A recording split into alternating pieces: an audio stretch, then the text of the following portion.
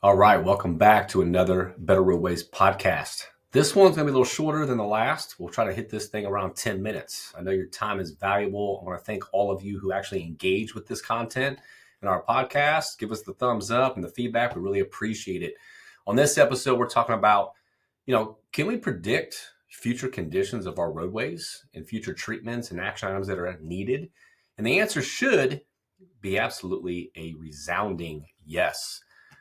We're very blessed at PMG to have a great group of, pavement experts, condition assessment experts, GIS experts, pavement experts. We really pride ourselves on not just the condition assessment component to pavement management, but treatment qualification. So not to make this heavy on PMG or anything like that, but let's talk about, can you predict future conditions, future maintenance and repair action items? Our platform, Road Insights, we developed it for that specific reason.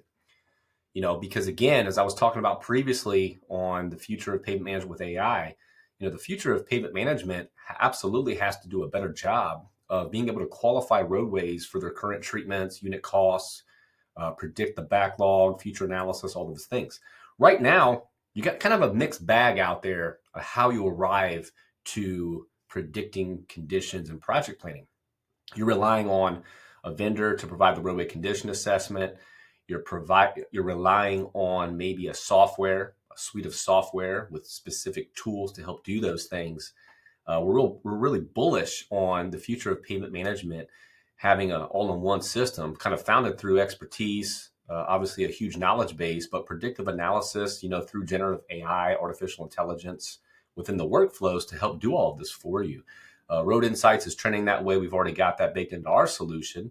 And we're going to see many more solutions being able to do this for all of you. That's the great news. So a little bit of a piggyback off of the previous podcast about AI in the future, but talking about predictive analysis. So I'm going to give you a little bit of a breakdown on how now you can actually do that without having to rely on some of this stuff. So what is a predictor of future performance? What is a good predictor?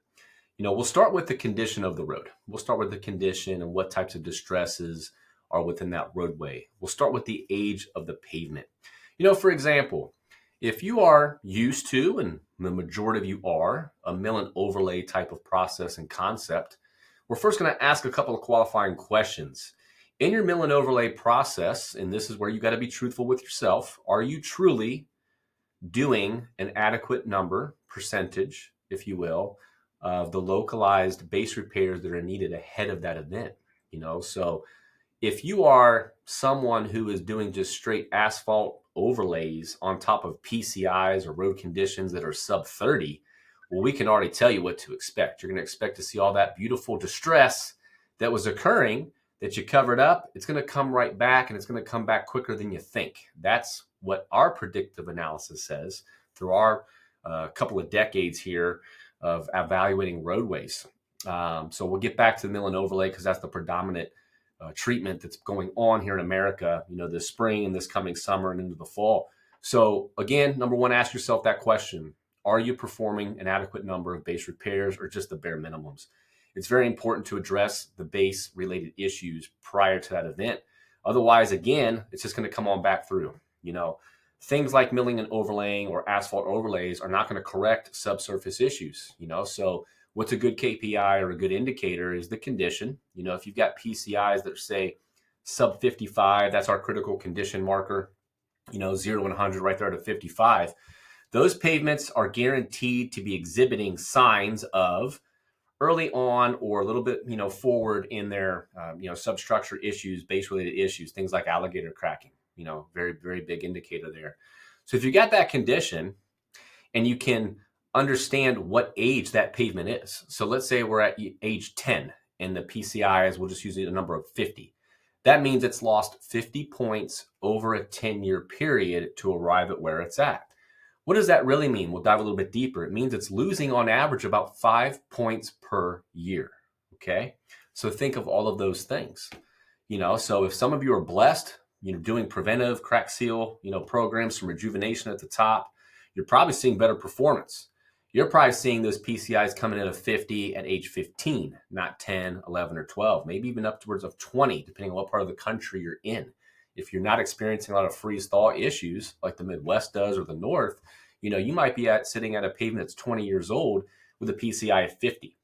So those are two great indicators. If you have a condition and you know the age of the pavement, you can quickly identify the average loss, PCI point loss per year. And that can be your indicator for future predictive analysis of where that roadway is trending, where it's headed. We'll go a little bit deeper into that conversation on talking about predicting or projecting what type of maintenance action that might need. You can take those conditions 0 to 100 and create condition categories.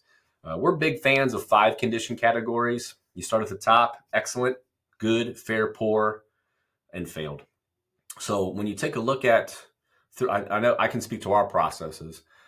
Excellent roadways are really in the bucket of, say, a 90 to a 100 PCI.